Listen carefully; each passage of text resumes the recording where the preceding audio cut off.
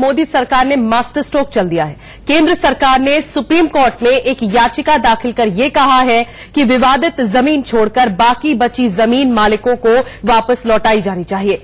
केंद्र ने यह कह दिया कि 67 एकड़ जमीन जो अधिकृत की गई है उसमें से विवादित जमीन को छोड़कर बाकी जमीन जो गैर विवादित हिस्सा है राम जन्मभूमि न्यास को लौटाया जाना चाहिए। इस याचिका पर सुप्रीम कोर्ट जल्द से जल्द सुनवाई करे। राम जन्मभूमि न्यास के अध्यक्ष रामविलास वेदांती ने केंद्र सरकार के इस कदम पर खुशी जताई है। आपको इतिहास में लेकर चलते हैं। दरअसल 1993 में केंद्र ने विवादित स्थल के आसपास 67 एकड़ भूमि का अधिग्रहण किया था और सुप्रीम कोर्ट ने 1994 में इस अधिग्रहण को स्वीकार किया और फिर ये आदेश दिया कि ये जमीन केंद्र सरकार के पास बनी रहेगी। इस जमीन पर किसी तरह के धार्मिक कार्यक्रम की इजाजत नहीं होगी।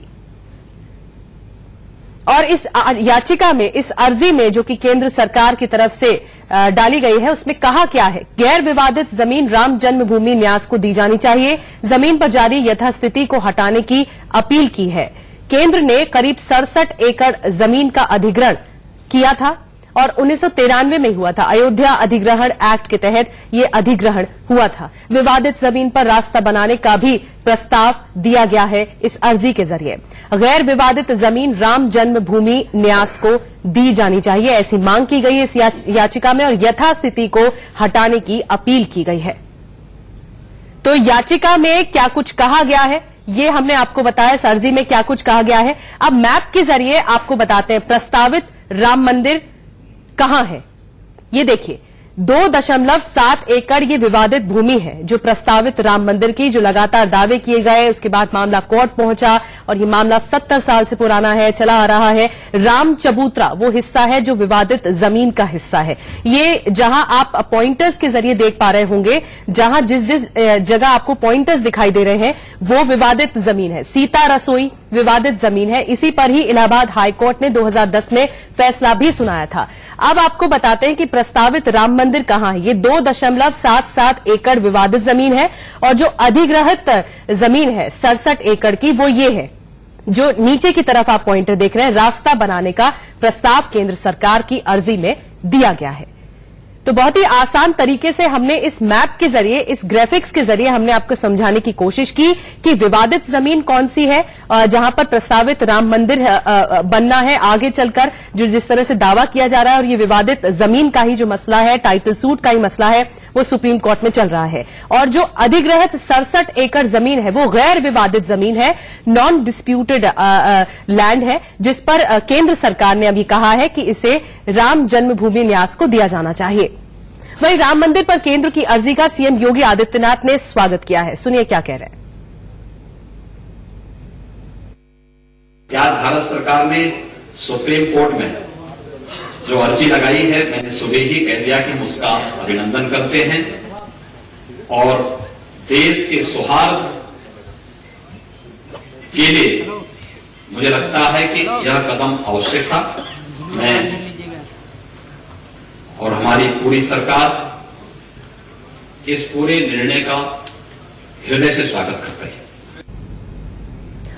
योग गुरु बाबा रामदेव ने राम मंदिर पर बड़ा बयान दिया। रामदेव ने कहा कि जमीन संत समाज और साधु समाज को दे दी जाए, हम अयोध्या में राम मंदिर का निर्माण करवा देंगे।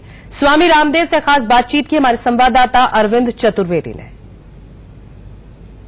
कैबिनेट ने बहुत सारे निर्णय लिए, लेकिन केंद्र सरकार ने भी एक एप्लीकेशन मूव की है कोर्ट में। हमारे साथ बातचीत करने के लिए रामदेव जी हैं। स्वामी जी, एक बड़ा फैसला आज सरकार ने लिया है, एक एप्लीकेशन मूव की है। उनका कहना यह है कि भाई जो विवादित जगह है उसको आप सुनिए, लेकिन जो विवादित नहीं है उस पर आप कुछ करिए। वो विवाद जिसको जमीन को पहले अधिग्रहण तो किया था, लेकिन कोर्ट ने उसको अपने अंडर में ले लिया था, केंद्र सरकार को सौंप देनी चाहिए और केंद्र सरकार को भूमि हिंदू समाज को सौंप देनी चाहिए। हमारा हिंदू समाज, साधु समाज अपने आप मंदिर बना लेगा। हिंदू समाज समर्थ है, तो आपको किसी जरूरत नहीं है, आपको सौंप दिया गया, आप बना लेंगे मंदिर। अरे हिंदू समाज और साधु समाज की बात कर रहा हूँ। I am not a individual person. अरे सरकार का काम जो है सरकार करे, वो अपना जमीन दे दे, मंदिर बनाने का काम तो हिंदू समाज और जो है साधु समाज, संत समाज करेगा।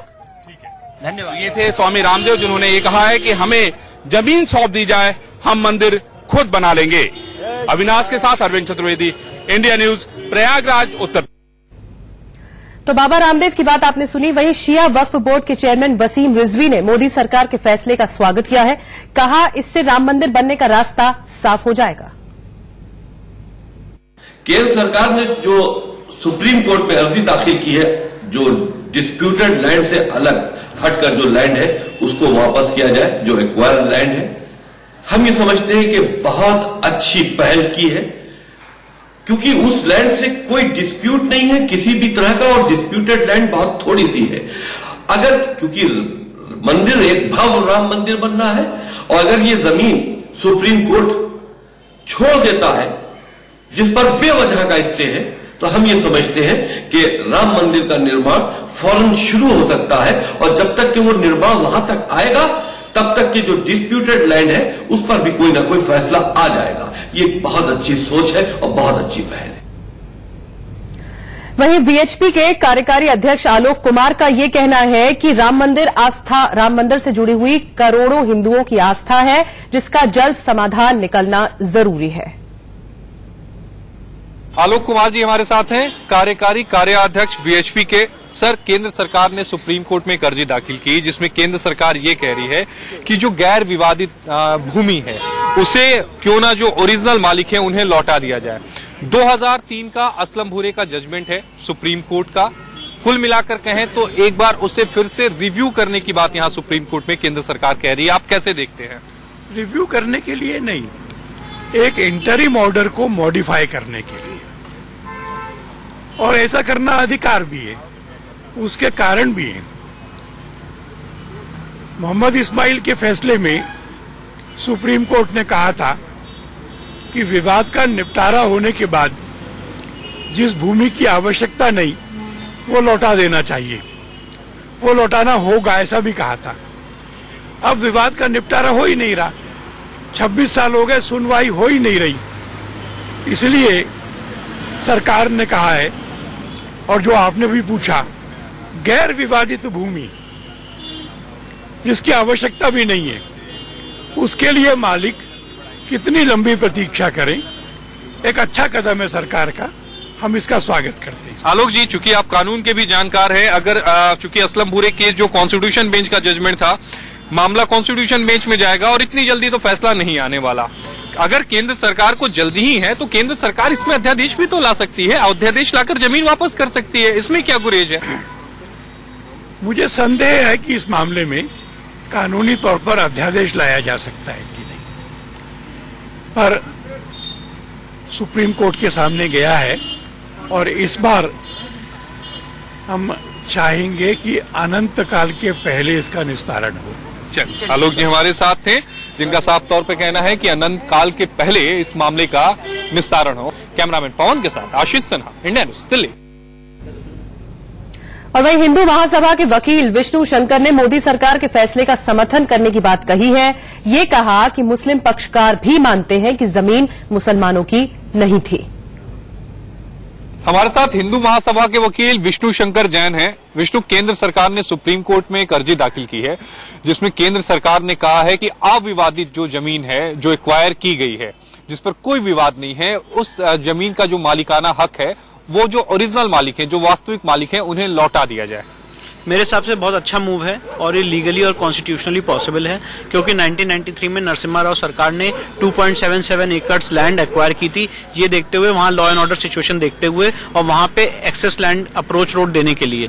आज 25 साल बाद अगर केंद्र सरकार ये कह रही है, इस रोड मैप के साथ सुप्रीम कोर्ट के सामने आ रही है कि जो 1550 गज इस समय डिस्प्यूटेड स्ट्रक्चर है सुप्रीम कोर्ट के सामने, जो 12 सिविल अपीलों में चल रहा है, उसमें एक अप्रोच रोड दे के बाकी एक्सेस लैंड रिलीज की जाए, जहां पे ऑलरेडी धर्मशाला, मठ और मंदिर फंक्शन कर रहे थे, तो बहुत ही वेलकम स्टेप है। लेकिन एक सवाल यहां पर यह उठता है कि इस मामले की सुनवाई करेगा कौन? क्योंकि असलम भूरे वर्सेस यूनियन ऑफ इंडिया 31 मार्च 2003 का जो जजमेंट है वो संवैधानिक पीठ का है। इस मामले की सुनवाई संवैधानिक पीठ ही करेगी, क्योंकि इस्माइल फारूकी का जजमेंट भी संवैधानिक पीठ का है, असलम भूरे का जजमेंट भी संवैधानिक पीठ का है, तो डेफिनेटली इस मामले की सुनवाई संवैधानिक पीठ करेगी। और केंद्र सरकार ने जो एक्विजिशन विड्रॉ करने की बात कही है, that goes to the root of the matter. ये वर्चुअली एक्विजिशन विड्रॉ करने वाली बात है, और इसलिए इस्माइल फारूकी का जजमेंट और असलम भूरे का जजमेंट दोनों रिकंसिडर करने की मांग है। आज केंद्र सरकार ये कह रही है कि जो विवादित स्ट्रक्चर है 1550 गज, उसको छोड़ के बाकी एक्सेस लैंड दिया जाए। और मुझे लगता है 25 साल बाद जो हिंदू पक्षकारों ने 1993 से लड़ाई लड़ी थी आज तक, और ये दलील रखी थी कि एक्सेस लैंड एक्वायर की गई, गलत एक्वायर की गई, आज उस चीज को विजय मिली। यानी कुल मिलाकर कहें कि अगर ये मामला सुनवाई पर आता है तो जो हिंदू पक्ष है वो केंद्र सरकार के इस स्टैंड का समर्थन करेंगे। हम केंद्र सरकार के स्टैंड का पूरा समर्थन करेंगे, क्योंकि वो आज ये मुस्लिम पक्षकार भी मानते हैं कि वो जमीन मुस्लिम पक्षकारों की नहीं थी, वहां पे धर्मशाला थे, मंदिर थी, मठ थी, और आज अगर सरकार वो लैंड विड्रॉ कर रही है एक्विजिशन से तो बहुत वेलकम कदम है। चलिए, विष्णु शंकर जैन हमारे साथ हैं, जिन्होंने कहा कि केंद्र सरकार का जो ये कदम है ये स्वागत योग्य है। कैमरामैन पवन के साथ आशीष सिन्हा, इंडिया न्यूज, दिल्ली। तो सभी इस कदम का स्वागत कर रहे हैं। और इंडिया न्यूज पर निर्मोही अखाड़े के वकील रंजीत लाल वर्मा, उन्होंने ये कह दिया कि सरकार की नई याचिका राजनीति से प्रेरित है।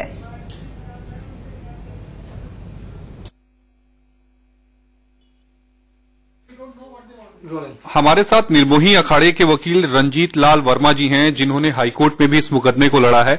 सर, केंद्र सरकार ने सुप्रीम कोर्ट में एक आज अर्जी दाखिल की और केंद्र सरकार ये कह रही है कि जो जमीन गैर विवादित है उस जमीन को उनके वास्तविक जो मालिक हैं उनको दे दिया जाए। सुप्रीम कोर्ट से केंद्र सरकार ने इजाजत मांगी है, इसको आप कैसे देखते हैं? देखिए, अभी तो वो एप्लीकेशन हम लोग कॉपी मिली नहीं है, उसका क्या मैटर पूरा जो आप कह रहे हैं, अगर इस बात को टेस्ट किया जाए तो इसमें 2 फेजेस हैं। नंबर 1, 91 में यानी 9 अक्टूबर 91 को कल्याण सिंह की मिनिस्ट्री थी, बीजेपी गवर्नमेंट थी यूपी में, उन्होंने एक्वायर किया था 2.77 का। वो एक्विजिशन हुआ था मेन डोम को छोड़कर, यानी हमारे जो राम चबूतरा मंदिर बाहरी भाग था, चरण चिन्ह, सीता रसोई और सामने के और तमाम मंदिर हमारे थे, सुमित्रा भवन और सीता कूप मंदिर, जहां हमारे 5 और मंदिर बनाए रहते, उन सब को एक्विजिशन के बाद यानी 5A में कब्जा लेकर गिराना शुरू कर दिया। 16 अक्टूबर को हमने रिट किया, तब हाईकोर्ट से स्टे हो गया, तब तक वो मंदिर हमारे गिरा दिए गए थे। तो एक तो यह हर्डल है। दूसरी, 5 जजों की कॉन्स्टिट्यूशनल बेंच ने, जिसके वेंकट चलिया द्वारा लीड किया गया था, उसमें मेजॉरिटी जजमेंट ये दिया था, वो 24 अक्टूबर 94 की जजमेंट माने रखता है। उसमें उन्होंने कहा था स्पेशल एरिया एक्ट जो अयोध्या का है, जिसमें 71 एकड़ एक्वायर किया गया है, वो वैलिड है। अलावा सेक्शन 3(4) जिससे जो बात चल रहे हैं हाई कोर्ट में वो अवेट नहीं होंगे, वो डिसाइड किए जाए। उन्होंने 3 काम किया माननीय उच्चतम न्यायालय ने। नंबर 1 कहा कि ये इनर और आउटर कोर्ट यार्ड डेफिनेशन दिया, इसका खाली डिस्प्यूट पर एविडेंस होगी, और बिनिंग एंडाउमेंट जो होगा उसको ऑप्शन रहेगा कि कितना एरिया वो इस्तेमाल करेगा अपने बेनिफिशियल एंजॉयमेंट की। तो ये एक्सक्लूसिव बातचीत आपने सुनी निर्मोही अखाड़े के वकील रंजीत लाल वर्मा की। अरविंद चतुर्वेदी हमारे संवाददाता प्रयागराज से जुड़ चुके हैं इस वक्त हमारे साथ, उनके पास चलते हैं। अरविंद, हर तरफ से इस कदम का सपोर्ट किया जा रहा है, स्वागत किया जा रहा है, और मोदी सरकार के जो कदम है उसे मास्टर स्ट्रोक भी करार दिया जा रहा है।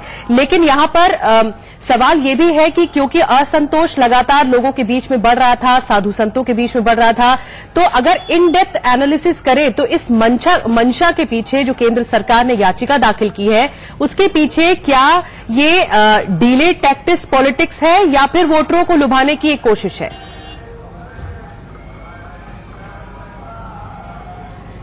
निधि, देखिए, हमें इस बात को समझना होगा कि ये मामला डिसाइड कोर्ट को ही करना है। कोर्ट ही तय करेगा कि वो इस पूरे मामले में जो सरकार की तरफ से रिप्रेजेंटेशन दिया गया है उस पर क्या फैसला लेता है। लेकिन एक जरूर है कि यहाँ पे लोगों को ये सोचने के लिए अब मजबूर होना पड़ेगा, क्योंकि एक तरफ आपने सुना था कि यहाँ पर 31 तारीख और 1 तारीख को धर्म संसद करने जा रहे हैं लोग, और इसमें बहुत सारे जो देश और दुनिया भर के साधु सन्यासी आए हैं, वो लोग नाराज थे इस बात को लेके कि आखिर केंद्र सरकार अध्यादेश लेके क्यों नहीं आ रही है। तो ये ऐसी बातें कुछ थी जिस पर थोड़ा लगाम लगेगा। लोगों को ये लगने लगा है कि केंद्र सरकार ने अपनी तरफ से पहल की है, शायद दोषी इसमें कोर्ट होगा, तो ये सरकार के लिए काफी राहत भरी बात होगी, क्योंकि जिस तरीके से धन्यवाद अरविंद आपका जानकारी देने के लिए। आपसे चर्चा आगे भी चलती रहेगी।